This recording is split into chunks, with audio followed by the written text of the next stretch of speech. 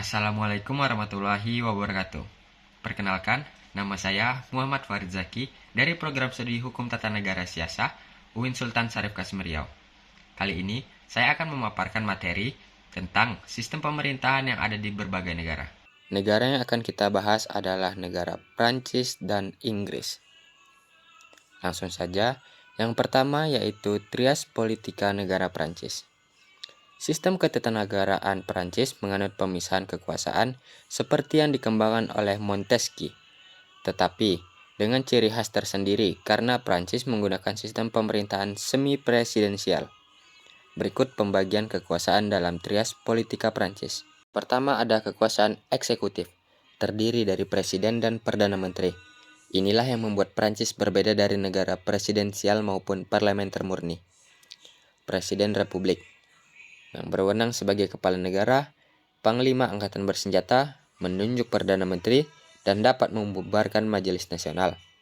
Selanjutnya ada perdana menteri, yang berwenang untuk memimpin pemerintahan sehari-hari, mengatur kebijakan domestik, dan bertanggung jawab kepada parlemen. Pada intinya, presiden punya kekuasaan besar, tetapi pemerintahan dijalankan perdana menteri dan kabinet yang harus mendapat kepercayaan parlemen. Kedua ada kekuasaan legislatif, yang terbagi menjadi dua. Yang pertama yaitu Majelis Nasional, yang kedua yaitu Senat. Fungsi dari Majelis Nasional adalah membentuk undang-undang dan dapat menjatuhkan pemerintahan melalui motion of censure. Yang kedua yaitu Senat, berfungsi untuk mewakili pemerintahan daerah dan meninjau rancangan undang-undang. Di sini, Majelis Nasional lebih kuat daripada Senat karena dapat menentukan nasib pemerintah. Ketiga ada kekuasaan yudikatif yang terdiri dari pengadilan kasasi yang berfungsi sebagai pengadilan tertinggi untuk perkara perdata dan pidana.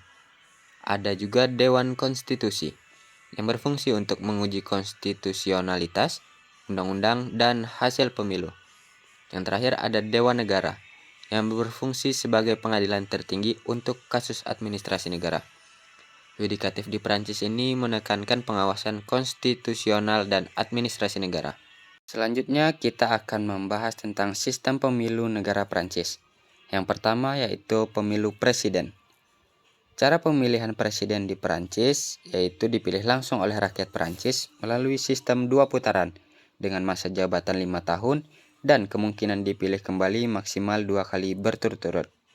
Pada putaran pertama, jika ada satu kandidat yang memperoleh lebih dari 50% suara, maka dia langsung terpilih. Jika tidak, maka akan dilanjutkan ke putaran kedua. Di putaran kedua, hanya 2 kandidat teratas yang maju, dengan contoh seperti ini. Calon 1 memperoleh 20% suara, calon 2 memperoleh 10% suara, calon 3 memperoleh 40% suara, dan calon 4 memperoleh 30% suara. Maka, yang lanjut di putaran kedua adalah calon 3 dan calon 4, karena mereka mempunyai perolehan suara tertinggi. Dan kandidat yang menang di putaran kedua langsung memenangkan kursi presiden. Ini ada pemilu legislatif. Majelis Nasional Prancis beranggotakan 577 anggota. Dengan cara pemilihan dipilih setiap 5 tahun atau bisa juga lewat pemilu dini jika presiden membubarkan Majelis Nasional. Dan menggunakan sistem mayoritas 2 putaran di konstituensi 1 kursi. Dengan prosedur pada putaran pertama, kandidat yang memperoleh lebih dari 50% suara sah dan lebih dari 25% dari jumlah pemilih terdaftar langsung menang. Jika tidak ada yang memenuhi syarat di putaran pertama, maka dilanjutkan ke putaran kedua. Calon yang berhak maju adalah 2 yang tertinggi suara plus siapapun yang memperoleh lebih dari 12,5% dari pemilih terdaftar. Di putaran kedua, pemenangnya adalah yang meraih suara terbanyak. Selanjutnya ada pemilu senat. Anggota senat tidak dipilih langsung oleh rakyat, tetapi oleh lembaga perwakilan lokal atau yang disebut electoral college, yang terdiri dari pejabat-pejabat terpilih seperti wali kota, anggota dewan daerah, dan lain-lain. Masa jabatan senat lebih panjang, biasanya 6 tahun, dan tidak langsung meruntut dengan periode legislatif lainnya.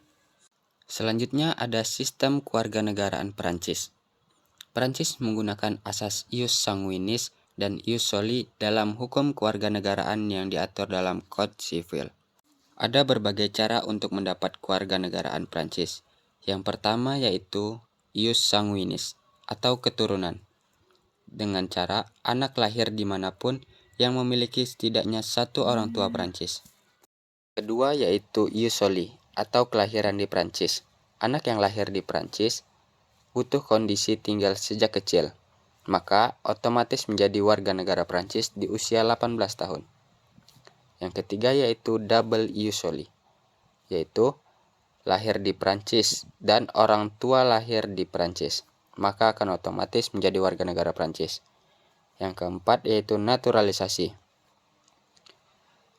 yaitu dengan cara tinggal secara legal atau resmi lebih dari 5 tahun di Prancis dengan catatan integrasi bahasa dan catatan yang baik. Yang terakhir yaitu pernikahan. Melalui pernikahan dengan warga negara Prancis sesuai persyaratan hukum, maka akan menjadi warga negara Prancis. Selanjutnya, kita akan membahas sistem pemerintahan negara Inggris. Yang pertama yaitu trias politika negara Inggris. Perlu diketahui bahwa Inggris tidak menganut pemisahan kekuasaan secara kaku seperti Prancis, melainkan pemisahan kekuasaan yang menyatu atau fusion of powers dalam sistem monarki konstitusional dengan pemerintahan parlementer. Namun, konsep trias politika tetap bisa dijelaskan sebagai berikut. Pertama, ada kekuasaan eksekutif yang terdiri dari raja atau monarki yang berfungsi sebagai simbolis dan konstitusional, meresmikan undang-undang, menunjuk Perdana Menteri, dan pembukaan parlemen. Selanjutnya ada Perdana Menteri yang berfungsi sebagai pemimpin eksekutif, membentuk kabinet, dan mengarahkan kebijakan negara. Yang terakhir ada kabinet yang memiliki fungsi untuk melaksanakan kebijakan, memimpin kementerian, dan bertanggung jawab kepada parlemen. Catatan pentingnya adalah Perdana Menteri dan para menteri biasa berasal dari mayoritas di majelis rendah, sehingga eksekutif dan legislatif saling terhubung atau menyatu. Selanjutnya, yang kedua yaitu ada kekuasaan legislatif, yang berisi House of Commons atau majelis rendah, yang berfungsi untuk membuat undang-undang, memilih Perdana Menteri, dan mengawasi pemerintah. Yang kedua ada House of Lords atau majelis tinggi, yang berfungsi untuk meninjau, memperbaiki, dan menunda rancangan undang-undang, pengawasan moral, dan etika legislatif.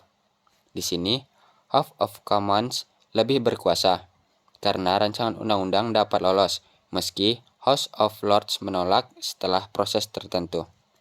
Yang ketiga ada kekuasaan yudikatif, yang berisikan Mahkamah Agung Inggris, yang memiliki peran sebagai pengadilan tertinggi, mengadili banding, dan memutuskan isu hukum publik.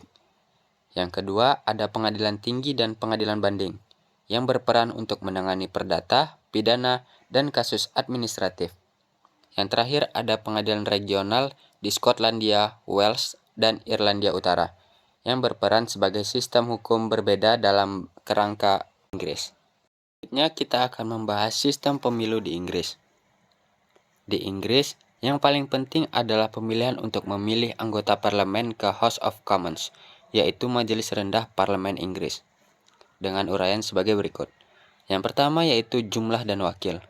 Inggris dibagi menjadi 650 konstituensi atau daerah pemilihan, dengan setiap konstituensi memilih satu anggota parlemen ke House of Commons, dengan sistem pemilihan first past the post, dengan cara pemilih mencoblos satu calon di konstituensi mereka, dan kandidat dengan suara terbanyak menang, meskipun belum tentu mayoritas lebih dari 50%. Artinya, pemenang kursi adalah yang mendapat suara terbanyak dibanding kandidat lain, bukan berdasarkan proporsi nasional. Selanjutnya, pemenang dan pembentukan pemerintah. Partai dengan jumlah kursi terbanyak setelah pemilu biasanya membentuk pemerintah dan memimpin partai itu jadi Prime Minister. Jika tidak ada partai yang punya mayoritas atau lebih dari setengah kursi, bisa terbentuk pemerintahan minoritas atau koalisi partai. Selanjutnya ada usia pemilih dan syarat. Umumnya, pemilih harus berusia 18 tahun ke atas dan terdaftar sebagai pemilih. dan pemerintah sedang membahas penurunan usia memilih menjadi 16 tahun, sehingga bagian reformasi demokrasi masih menunggu implementasi. Kita akan membahas sistem kewarganegaraan Inggris. Ada berbagai cara atau syarat untuk menjadi warga negara Inggris.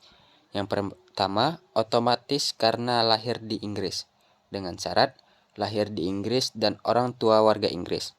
Yang kedua yaitu keturunan. Walaupun lahir di luar Inggris tetapi memiliki orang tua warga Inggris, bisa menjadi syarat untuk menjadi warga Inggris. Yang ketiga, pendaftaran anak atau khusus, dengan syarat khusus pendaftaran sesuai undang-undang. Yang terakhir ada naturalisasi, dengan syarat tinggal 5 tahun atau 3 tahun jika menikah, dengan syarat tes dan bahasa karakter baik. Baik, cukup sekian pemaparan materi saya tentang sistem pemerintahan negara Inggris dan Perancis. Semoga apa yang saya sampaikan bisa dipahami oleh kawan-kawan semua. Terima kasih sudah menonton. Assalamualaikum warahmatullahi wabarakatuh.